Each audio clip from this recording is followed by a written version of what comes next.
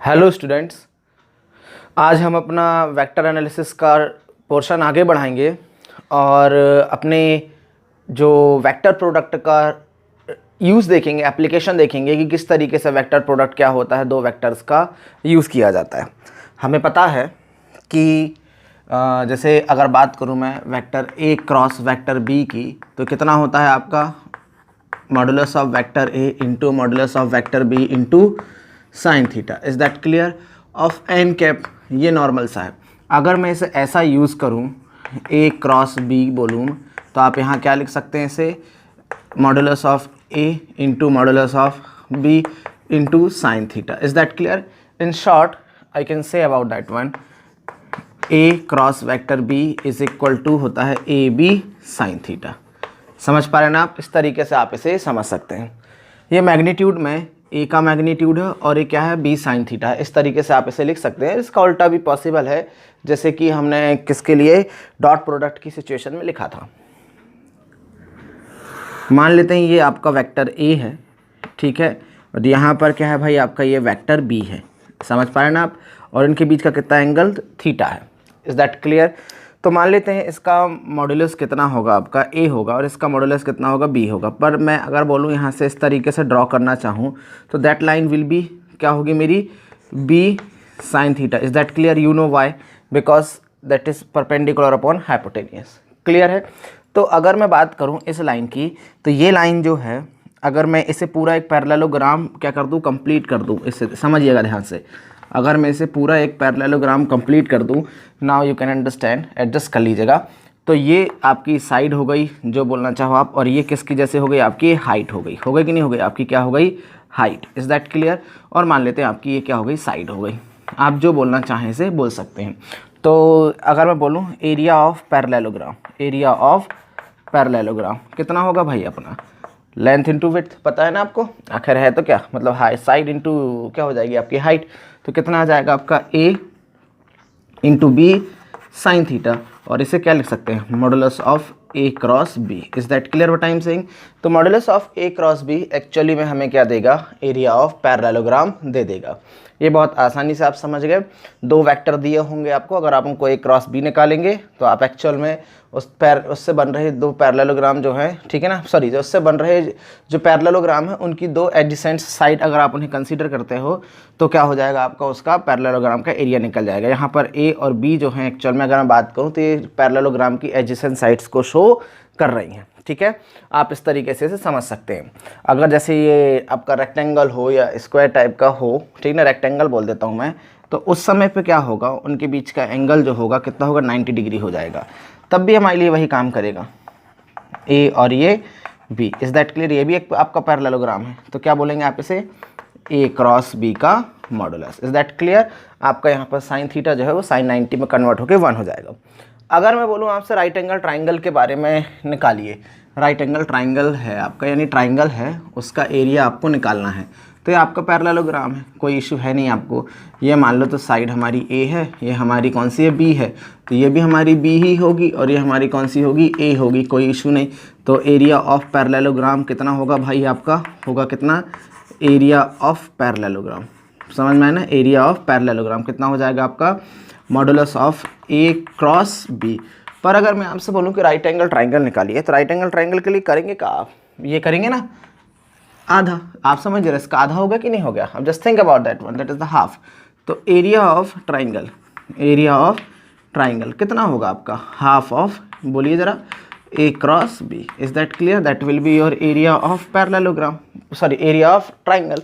इस तरीके से आप क्या कर सकते हो, एरिया भी निकाल सकते हो किसी ट्राइंगल का। Are you getting what exactly I want to say? इस तरीके से क्या कर सकते हो आप, निकाल सकते हो। हाँ, कभी कभी ऐसा भी आएगा आपको, कोई क्वेश्चन अगर आना हुआ तो पैरेललोग्राम है, ठीक है, इस तरीके का क्या है आपका पैरेललोग्राम है, इसके दो डायगोनल दे सकते हैं आपको। इस तरीके से दो डायगोनल क्या किया जा सकता है, आपको दिया जा सकता है। ऐसा मान लिया मैंने, तो दो डायगोनल निकालना हो तब भी क्या करेंगे आप, वहाँ पर एरिया ऑफ पैरेललोग्राम कितना होगा आपका, एरिया ऑफ पैरेललोग्राम इस कंडीशन में 1/2। अगर मान लो इसे D1 बोल देता हूँ मैं, और इसे क्या बोल देता हूँ, D2 बोल देता हूँ, तो कितना आ जाएगा, D1 क्रॉस D2। अगर डायगोनल दिया हो तो हाफ करके आप निकाल सकते हो। टोटल ज्योमेट्री और कुछ नहीं है, सिर्फ क्या है, ज्योमेट्री है। Is that clear what exactly I want to say. और कल एक और चीज़ ध्यान दीजिए, अगर मान लो आपके पास पैरेललोपिपेड है, पैरेललोपिपेड है, समझता पैरेललोपिपेड, ये इस तरीके का शेप है मान लो, ठीक है, ऐसा शेप है आपका ये, क्लियर, ऐसा मैं मान लेता हूँ ये आपका पैरेललोपिपेड है। तो इसमें आप एक लेंथ मान लो, एक हाइट मान लो, एक विड्थ मान लो, ए बी सी कर लो, 3 वेक्टर कर लो, ठीक है ना। आपके कौन से वेक्टर हो गए, ए बी और सी, जहाँ एक लेंथ को, एक विड्थ को और एक किसको, हाइट को बताता है। तो इसके लिए क्या निकालेंगे आप, A cross B dot C, क्या हो जाएगा आपका ये area of parallelepiped, area of parallelepiped. Is that clear what exactly say. तो that is the meaning of that one. आप क्रॉस प्रोडक्ट से इन सब चीज़ को भी क्या कर सकते हो, डिटरमाइन कर सकते हो, ठीक है। एक हमारे पास इसमें लास्ट पोर्शन बचता है, that is called Lami's theorem. हमें लामीज थ्योरम पढ़ना है और हम क्या करेंगे, वेक्टर को यहाँ पर बंद करेंगे, ठीक है ना। That is more than sufficient, जितना वेक्टर हम पढ़ चुके हैं that is more than sufficient. तो इसलिए हम लास्ट पोर्शन पढ़ेंगे, दैट इज लामीज थ्योरम। और अगर कोई चीज़ याद आएगी तो हम उसे ऐड कर दूंगा प्लेलिस्ट में, क्लियर है। आप इसे नोट करिए, फिर मैं आगे बढ़ाता हूँ। Now we will deal with the Lami's theorem, ठीक है ना, स्पेशल थ्योरम है, बहुत हेल्पफुल होगा आपको, ठीक है। लामीज थ्योरम ये जो है, आप जब लॉ ऑफ मोशन पढ़ेंगे तो वहाँ पर टेंशन से रिलेटेड क्वेश्चंस आएंगे, तो वहाँ पर आपको उसको सॉल्व करने के लिए लामीज थ्योरम क्या करेगा, बहुत ज़्यादा मदद करेगा, हेल्प कर सकता है आपको, ठीक है। मैंने यहाँ पर एक थोड़ी देर पहले पैरेललोग्राम बनाया था, तो उस पैरेललोग्राम में मैंने राइट एंगल के हिसाब से बना दिया था। Is that clear. वो एक्चुअल में you can understand that property of the parallelogram. आपको सिर्फ 2 डायगोनल दिए हों तो 2 डायगोनल को आप क्रॉस प्रोडक्ट करिए और उसको हाफ कर दीजिए, क्या हो जाएगा, आपका एरिया ऑफ पैरेललोग्राम निकल जाएगा, ठीक है। वो इस तरीके की प्रॉपर्टी मैं वहाँ पर बताना चाह रहा था। तो now again I am coming back towards the Lami's theorem, ठीक है ना। यहाँ पर एपोस्ट्रोफी एस लगा हुआ है, ये लामीज थ्योरम। तो लामीज थ्योरम क्या कहता है कि जैसे मान लेते हैं एक पॉइंट है कोई आपका, ऐसा नॉर्मल से एक पॉइंट है, कोई ऑब्जेक्ट है, उस पर एक फोर्स लग रहा है इस डायरेक्शन में, ठीक है ना, उसका नाम मान लो वेक्टर ए है। दूसरा फोर्स लग रहा है यहाँ पर वेक्टर बी, ठीक है ना, और तीसरा फोर्स मान लो यहाँ पर लग रहा है vector C. Is that clear. मैंने F1 F2 F3 नहीं लिया, मैंने यहाँ पर बता दिया vector A B C. Actual में आप इसको किसी भी तरीके से कैलकुलेट कर सकते हो, कुछ भी लेकर के, और तीनों इस पर लग रहे हैं। और ये क्या है, मान लेते हैं इक्विलिब्रियम में है। इक्विलिब्रियम का मतलब होता है कि मतलब इस पर लगने वाला जो नेट फोर्स कितना है, 0 है। मतलब समझ जाइए आप कि ऑब्जेक्ट मोशन नहीं कर रहा है, इस तरीके से आप कह सकते हैं। 3 फोर्स लगने के बाद भी क्यों नहीं कर रहा है, we will discuss it in law of motion. और मान लेते हैं इसके सामने का, ए के सामने का एंगल ए है, बी के सामने का एंगल मान लेता हूँ मैं बी है, और सी के सामने का एंगल मान लेता हूँ मैं कितना है, सी है। Is that clear. तो लामीज थ्योरम क्या कहता है, according to Lami's theorem, according to Lami's theorem, ध्यान देना क्या कहता है, A upon sine A is equal to B upon sine B is equal to C upon sine C. ये कहता है हमारा Lami's theorem. Is that clear. इस तरीके से क्या कर सकते हैं, हम इसे प्रूफ भी कर सकते हो, कर भी देंगे प्रूफ अभी।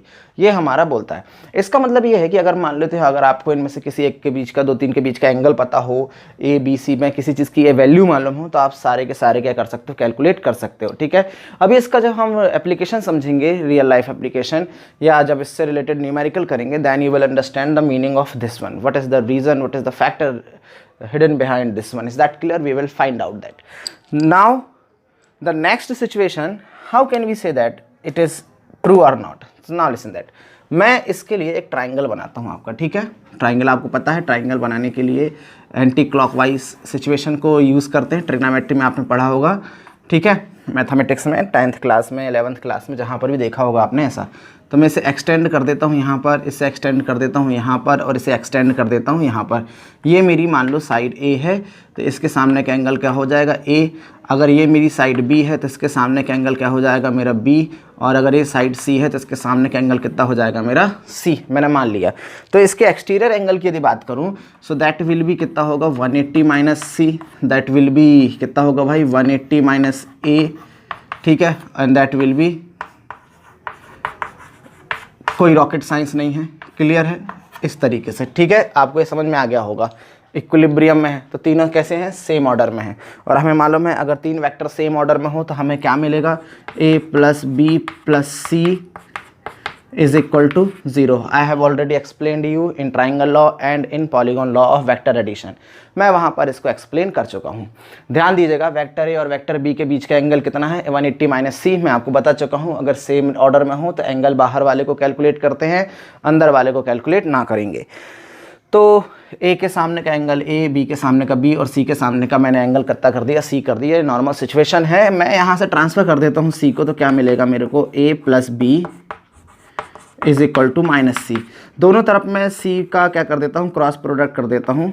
Are you getting what exactly I want to say? दोनों तरफ क्या कर दिया मैंने, सी का क्रॉस प्रोडक्ट कर दिया, minus C cross C. Is that clear? आप अच्छे से जानते हैं कितना होता है, एक ही वेक्टर का क्रॉस प्रोडक्ट 0 होता है। तो यहाँ तो आपको 0 मिल गया, कोई दिक्कत नहीं। लेकिन what about this one, C cross A plus कितना हो जाएगा, सी क्रॉस बी। समझे आप? इस तरीके से क्या कर सकता हूँ, मैं इसे लिख सकता हूँ। यहाँ पर ध्यान दीजिएगा, कितना होगा ऐसा। अब मान लेते हैं क्या होगा, मैं इसे कैसा लिख सकता हूँ, आपको बता चुका था मैं, इन दोनों की वैल्यू कैसी रहती है, अपोजिट रहती है। मतलब अगर इनको सीक्वेंस चेंज कर देंगे तो इनका प्लस का माइनस और माइनस का प्लस हो जाएगा। तो यहाँ पर कितना हो जाएगा, सी क्रॉस ए तो रहेगा ही रहेगा, लेकिन कितना हो जाएगा यहाँ, अगर मैं ऐसा लिखूँगा माइनस, तो कितना हो जाएगा, बी क्रॉस सी। ऐसा लिख सकता हूँ मैं इसे। Is that clear? अगर मैं सीक्वेंस चेंज कर दूँ तो वेक्टर प्रोडक्ट में ऐसा फॉलो होता है। ठीक है, तो अब मैं आपसे बताऊं कितना हो जाएगा, सी क्रॉस ए माइनस कितना हो जाएगा भाई, B cross C is equal to 0। इस टर्म को मैं ट्रांसफ़र कर देता हूं, तो कितना आ जाएगा मेरा, C cross A is equal to B cross C. मान लेता हूं मैं इक्वेशन नंबर 1 है। एक बार आप बी को ट्रांसफ़र कर दीजिएगा। आप क्या कर देंगे, अगर आप बी को ट्रांसफ़र कर देंगे तो आपके पास एक वैल्यू और आ जाएगी। समझ पा रहे हैं ना आप? तो इधर पर कितना आएगा, बी को ट्रांसफ़र कर देंगे आप, तो आपको आएगा A cross B is equal to कितना आएगा, बी क्रॉस सी। ठीक है ना? इक्वेशन नंबर क्या हो जाएगा आपका, 2 हो जाएगा। आप इसे ट्रांसफ़र करके देख लीजिएगा। Is that clear? बन जाएगा आपसे ये, आप बहुत अच्छे से इसको कर सकते हैं। बिल्कुल इसी तरीके की सिचुएशन करेंगे, उस तरफ जाएगा, आप दोनों तरफ बी का मल्टीप्लाई करेंगे तो कितना हो जाएगा आपका, यहाँ से बचेगा सी, बी क्रॉस सी बचेगा। यहाँ पर क्या हो जाएगा आपका, बी क्रॉस ए आएगा। आप इसे ट्रांसफ़र करेंगे, कितना हो जाएगा, आप पलटाएंगे, अच्छा में स्विच करेंगे तो कितना हो जाएगा, माइनस ए क्रॉस बी। ट्रांसफ़र करेंगे फिर एज इट इज़ कैसा हो जाएगा, आपको पॉजिटिव मिल जाएगा। You just try that one by equation 1 and 2, by equation 1 and 2, by equation 1 and 2 कितना हो जाएगा आपका, A cross B is equal to B cross C is equal to C cross A. Is that clear? तो हमें पता है इसकी value कितनी होती है। अगर मैं यहाँ पर यूनिट वेक्टर के टर्म्स में कैलकुलेट करना चाहूँ तो आपको पता है सबसे डायरेक्शन क्या निकलेगी, कुछ डायरेक्शन हमारी आएगी। उस डायरेक्शन को अभी मैं फॉरगेट करता हूँ और यहाँ पर डायरेक्ट नॉर्मली लिखना चाहता हूँ, एन कैप को हटा करके। ठीक है ना, मॉडुलस लेकर के, जैसा भी आप सोचना चाहें। तो मेरे को क्या मिलेगा, ए बी, ए और बी के बीच का एंगल कितना है, इतना। तो साइन कितना हो जाएगा, 180 minus C is equal to कितना आएगा, B C sine 180 minus C, 180 minus C is equal to कितना आ जाएगा, सी ए साइन, ना बी और सी के बीच का एंगल कितना है भाई, बी और सी के बीच का एंगल है ए, 180 माइनस ए, और साइन कितना, सी ए के बीच का एंगल कितना है, इतना। तो 180 minus B. Is that clear? That is the main situation what you have to follow. Now हमें बहुत अच्छे से पता है कि साइन सेकेंड कोऑर्डिनेट की बात है, 180 माइनस थीटा, मतलब सेकेंड कोऑर्डिनेट, उसमें साइन चेंज नहीं होगा और उसका साइन भी कैसा रहेगा, पॉजिटिव। तो इसे क्या लिखा जा सकता है, A B sine C B C sine A is equal to कितना हो जाएगा, सी ए साइन बी। इन तीनों से मैं क्या करता हूँ, ए बी सी का डिवाइड कर देता हूँ। तीनों में ए बी सी का क्या कर दिया मैंने, यहाँ पर डिवाइड कर दिया। तो यहाँ से ए सी कट गया, यहाँ से बी सी कट गया, यहाँ से ए बी कट गया। तो what I am getting, sine C upon C sine A upon A, ठीक है ना, स्मॉल ए। और यहाँ पर कितना बच रहा है, sine B upon B. Normal सी सिचुएशन है, मैं इसे ऐसा ऊपर पलटा करके लिख सकता हूँ। तो कितना मिलेगा मेरे को, डायरेक्ट मैं इसको यहाँ और पलटा भी देता हूँ ऊपर। तो क्या लिख सकता हूँ, A upon sine A is equal to B upon sine B is equal to C upon sine C. Is that clear? That is your Lami's theorem. Verify हो गया आपका लामी थ्योरम, मतलब वो एग्जिस्ट करता है। समझ में आ रहा है आपको? तो ये आपका लामी थ्योरम है। इससे रिलेटेड 1-2 क्वेश्चन करेंगे और हमारे पास क्या हो जाएंगी, सारी की सारी प्रॉपर्टी आ जाएंगी। हाँ, एक बात ध्यान दीजिएगा, आप कोई भी 2 वेक्टर पकड़िएगा और इसको प्रूफ करके देख लीजिएगा कि A cross B is equal to minus B cross A ही होगा।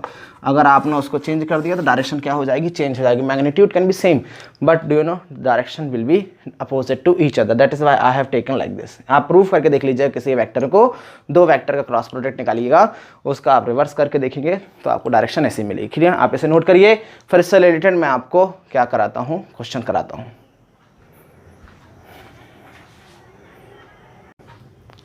चलिए लामी थ्योरम से रिलेटेड एक क्वेश्चन करते हैं, आपको उसको आइडिया मिलेगा, आपकी बुक में होंगे, आप ऐसे क्वेश्चन करके देखिएगा। ठीक है, मान लेते हैं एक रिजिड बेस है ऐसा, ठीक है ना, इससे एक तार के थ्रू या एक स्ट्रिंग के थ्रू क्या है, एक ब्लॉक लटका हुआ है m मास का, और यहाँ से एक और ऐसा स्ट्रिंग है इससे लटका हुआ है। यहाँ पर टेंशन मान लो T1 है, यहाँ पर टेंशन T2 है। टेंशन क्या होता है, एक्चुअल में रस्सी पर लगने वाला फोर्स है, हम बाद में पढ़ेंगे इसे कहाँ पर, लॉ ऑफ मोशन में। ठीक है, लगा हुआ है। यहाँ पर m मैं मान लेता हूँ कितना है, 10 किलोग्राम है, और एक्सेलरेशन ड्यू टू ग्रेविटी जो g की वैल्यू है वो 10 मीटर पर सेकेंड स्क्वायर हम ले रहे हैं कैलकुलेशन के लिए। ठीक है, 10 मीटर पर सेकेंड स्क्वायर ले रहे हैं। तो हमको क्या करना है, T1 और T2 निकालना है। अगर मान लो ये एंगल तुम्हारा कितना है, मान लेता हूँ 37 डिग्री है तो, ठीक है, नॉर्मल सी कंडीशन है। इसको हम दोनों मेथड से करेंगे, एक रिजोल्यूशन मेथड से करेंगे, दूसरा लामी थ्योरम से करेंगे। तो इसके लिए हम इसे अलग से मान लेते हैं।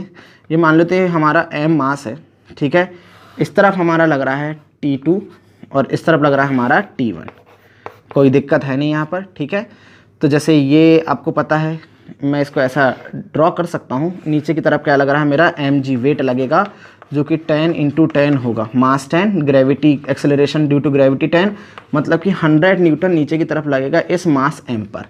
ठीक है, इसे फ्री बॉडी डायग्राम कहते हैं। जब आप लॉ ऑफ मोशन पढ़ेंगे तब आपको ये समझ में आएगा। अगर मान लो यहाँ पर एंगल 37 का है तो ऑब्वियसली ये भी कितना होगा, 37 का ही होगा। ठीक है, मैं इसे क्या करता हूँ, ऐसे हॉरिजॉन्टल लाइन खींच देता हूँ, तो that will be my 53 angle. हाँ या ना, बहुत अच्छे से समझ में आएगा। तो इसको रिजॉल्व करूँ मैं तो इसे क्या मिलेगा, T1 cos 37 आपको पता है, और ये कितना होगा मेरा T1 sin 37। Is that clear what exactly I want to say. तो यहाँ पर देखिएगा ये इक्विलिब्रियम में है, ये कैसा है हमारा, इक्विलिब्रियम में है, मतलब कि लामीज थ्योरम एक्टिवेट हो रहा है, चल रहा है, मतलब कि सिस्टम हमारा इक्विलिब्रियम में है। तो ये और ये आपस में बराबर होंगे, तो कितना आएगा, T1 cos 37, T1 cos 37 is equal to 100 newton.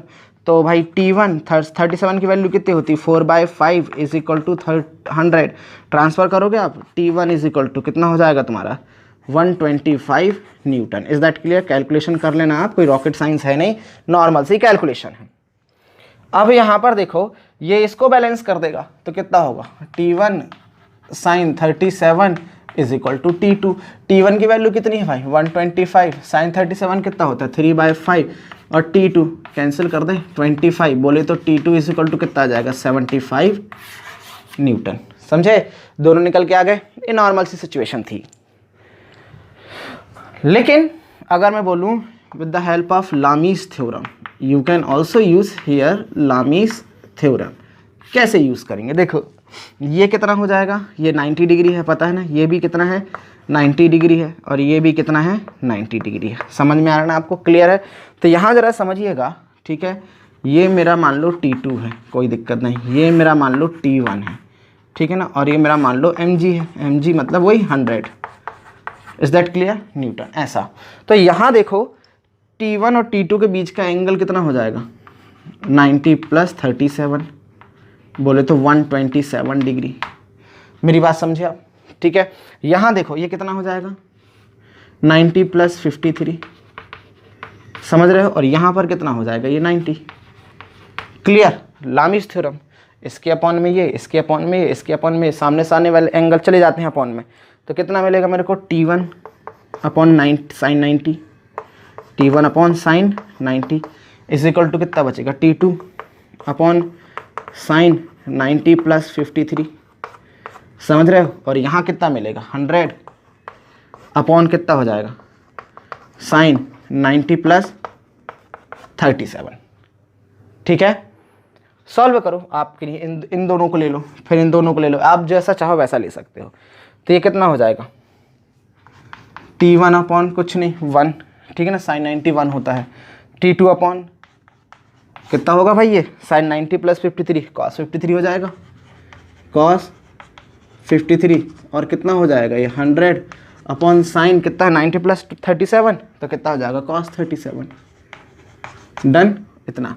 तो T1 is equal to T2 upon कितना हो जाएगा 3/5 और इसकी वैल्यू कितनी होगी 100 अपॉन 4/5। आंसर आपका निकल जाएगा, आप इसको इससे रख दो, कितना हो जाएगा T1 is equal to 100 upon 4/5, मतलब कि 100 इंटू 5 अपॉन 4 तो कितना आ जाएगा T1 is equal to 125 newton. Divide करते बन जाएगा आपसे, देखो एग्जैक्ट तो नहीं आएगा जितना यहाँ पर आना है, ठीक है। ऐसे ही कितना हो जाएगा आपका T2 is equal to T2 upon कितना 3/5 इज इक्वल टू कितना है, T1 की वैल्यू कितनी है 125, ऐसा ले लो ना। तो T2 इज इक्वल टू कितना आ जाएगा 125 इंटू 3/5 बोले तो 75 न्यूटन। आगे आपका ये देखो आंसर क्लियर है। तो ऐसे क्वेश्चंस को आप क्या कर सकते हो, सॉल्व कर सकते हो बहुत आसानी से। और ऐसे कई क्वेश्चन आपकी बुक में होंगे, आप उसे देख लीजिएगा, सॉल्व करके देखिएगा, बनेंगे। थोड़ी प्रैक्टिस लगेगी, दिमाग को थोड़ा सा यूटिलाइज करना, हार नहीं मानना, आपसे ऑब्वियसली बनने लगेंगे, ठीक है। तो ये आपका लामी थ्योरम भी हो गया, आप इस तरीके से इसका यूज़ भी कर सकते हैं। एक और चीज़ सुनिए, कुछ थके हुए क्वेश्चन भी हैं आपके यहाँ पर, जैसे कि a प्लस B is equal to b plus A, ये commutative property of vector addition कहलाती है, ठीक है ना, ऐसा फॉलो करता है। और एक एसोसिएटिव प्रॉपर्टी भी होती है, कैसा, vector a plus vector b plus vector c बराबर होगा vector a plus vector b plus vector c के, ये associative property of vector addition कहलाती है। सिंपल सी बात है, 1 + 2 को जोड़ोगे तब भी 3 आएगा, और 2 + 1 जोड़ोगे तब भी 3 आएगा। ऐसे ही इनको चाहे इन दोनों को जोड़ के इसके साथ जोड़ो, चाहे इन दोनों को जोड़ के इसके साथ जोड़ो, आपकी वैल्यू कैसी आएगी, सेम ही आएगी। ये कहलाती है आपकी कौन सी, एसोसिएटिव प्रॉपर्टी नीचे वाली, ये कम्यूटेटिव। इसको प्रूफ करने की ज़रूरत नहीं है, इतने थके हुए क्वेश्चन करने की हमें ज़रूरत नहीं है। अगर आपको ऐसे क्वेश्चन करने हैं तो आप अपनी बुक से और आपके स्कूल में कराए गए होंगे, नहीं तो यूट्यूब में 50 चैनल हैं, वो आपको इसको समझा देंगे, ठीक है। इसको हमें करने की ज़रूरत नहीं है। Is that clear what exactly I mean to say? So that is all about the vector analysis. इससे रिलेटेड यदि मेरे को कोई चीज़ समझ में आएगी एक्स्ट्रा तो मैं उसे प्लेलिस्ट में ऐड कर दूंगा। रिलेटेड कुछ क्वेश्चंस होंगे यदि आपके आएंगे बाद में कभी, तो उनको मैं सॉल्व करके प्लेलिस्ट में क्या कर दूंगा, ऐड कर दूंगा, ठीक है। तो ये आपका वेक्टर था। अब हमारा जो नेक्स्ट सेक्शन होगा वहाँ हम मोशन मूव करेंगे किसमें, काइनेमेटिक्स में। Is that clear? मोशन में, एक्चुअल मैकेनिक्स में मोशन करेंगे, ठीक है। तो what is the meaning of the mechanics we will study in our next class. Is that clear? तब तक आप इसे नोट करें और प्रैक्टिस करें।